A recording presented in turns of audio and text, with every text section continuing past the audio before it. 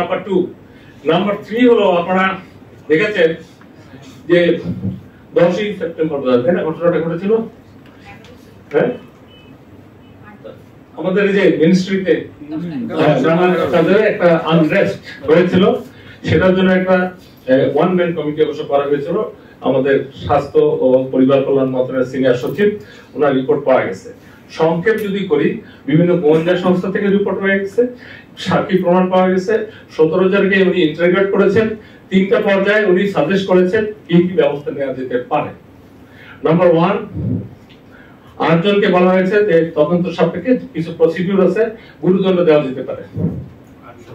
8। 4 জনকে বলা হয়েছে বিভিন্ন তদন্ত সাপেক্ষে এবং আমাদের বিধিবিধান আছে, লঘুদণ্ড দেওয়া যেতে পারে। আর 5 জনের ব্যাপারে বলা হয়েছে তিরস্কার, প্রথম সাবধান করা, ভবিষ্যতে এই ধরনের এটা দেওয়া যেতে পারে। এই হলো আমাদের ফাইন্ডিংস। এখন আপনি জানেন একজন সরকারি কর্মকর্তা এই সমস্ত বিষয় যখন ফেস করে, অনেকগুলো স্টেজ আছে, অনেকগুলো স্টেজ আছে। এটা সময় সাপেক্ষ ব্যাপার এবং অনেক সময় এটা একটা পর্যায়ে অনেকে দেখা যায় যে ইনভলভমেন্ট ছিল অথবা সেরকম ছিল না, অথবা অনেক সময় দেখা যায় মার্জনা প্রার্থনা করেছেন, নিঃশর্ত ক্ষমা প্রার্থনা করছেন, এরকম হয়ে গেলে অনেক সময় এগুলো আমরা দেখি। কিন্তু মূলত হলো এই যে এই বিষয়গুলো প্রসেস করা হবে, কারণ জাতি এবং মানুষ জানতে চায় যে আমি ডিসি হতে পারে নাই, সেই জন্য এইরকম একটা আন্দোলন উইদিন দি মিনিস্ট্রি এটা কেউ ভালোভাবে নেয়নি। আমাদের সিনিয়র কলিগরা নেয়নি, আমাদের কলিগরা নেয়নি, আমাদের জুনিয়র কলিগরা নেয়নি, আপনারা নেন নাই, এবং সত্যি কথা বলতে কি জনগণ নেয়নি। অনেকে আমাদেরকে বলেছে এই সময় যদি এগুলো কঠোর হচ্ছে দমন না করেন, আইনানুগ ব্যবস্থা না করেন, আমাদের প্রশাসন ভেঙে পড়বে এবং আমাদের শৃঙ্খলা থাকবে না। এবং প্রশাসনের একটা বড় সাইড হলো শৃঙ্খলা। এই শৃঙ্খলা রক্ষার্থে প্রয়োজনীয় যা যা করার, আমিও আইন রক্ষেন না, আপনারা কেউ আইন রক্ষেন না, আইনানুগ ব্যবস্থা নেওয়া হবে।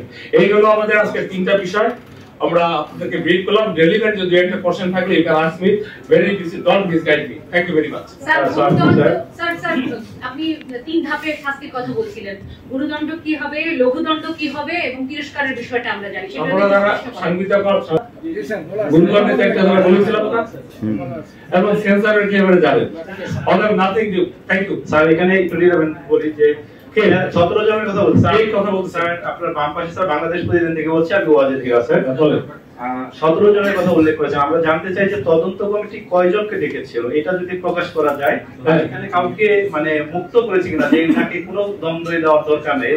একজন আছে, যেমন আছে আমাদের কনসার্ন জয়েন্ট সেক্রেটারি ছিলেন, তাকে সিলেটের এডিশনাল এডুকেশন রিপোর্টে অলরেডি বদলি করা হয়েছে। উনি কিছু ওভার অ্যাক্ট করেছিলেন, এজন্য সাথে সাথে ব্যবস্থা নেওয়া হয়েছে। আমরা তো অ্যাক্ট করবো, রিঅ্যাক্ট করবো, কিন্তু ওভার অ্যাক্ট করতে পারি না। এই জন্য নিয়মের বাইরে যদি কেউ কিছু করে, প্রাথমিকভাবে তাকে তদন্তে যা পাওয়া গেছে সেই ব্যবস্থা নেওয়া হয়েছে। Thank you. আমি একটু জিজ্ঞেস করছি যে আপনাদের দপ্তরে ওই চেকটা কিভাবে এসেছিল, কে নিয়ে এসেছিল? সূত্র হলো ওই কালবেলা পত্রিকা, ওনার সাংবাদিক এখানে থাকেন, তাকে জিজ্ঞেস করেন। Thank you very much. না, এই নাম এখানে প্রকাশ্য বিবেচনা। আপনারা জেনে গেলেন যে 17 জন কর্মকর্তা, তাদের বিরুদ্ধে বিভাগের ব্যবস্থা নেওয়া হচ্ছে।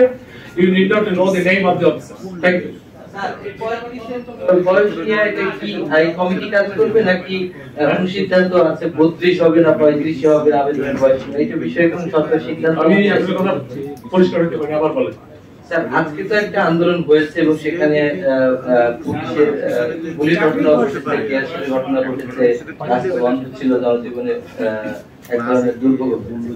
তো যেহেতু তারা আন্দোলন করছে, তো এই বিষয়টিকে সরকার কিভাবে দেখছে আর কি? এই কমিটি কাজ করবে নাকি সরকারের কোন সিদ্ধান্ত আছে?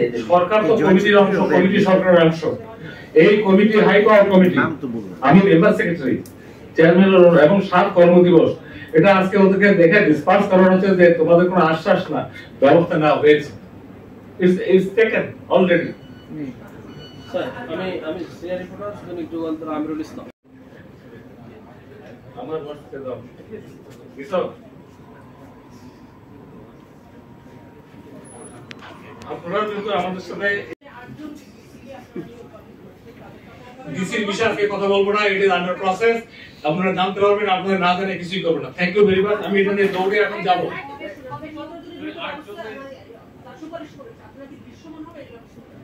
এটা তো খুব জানেন গোপন কিছুই না।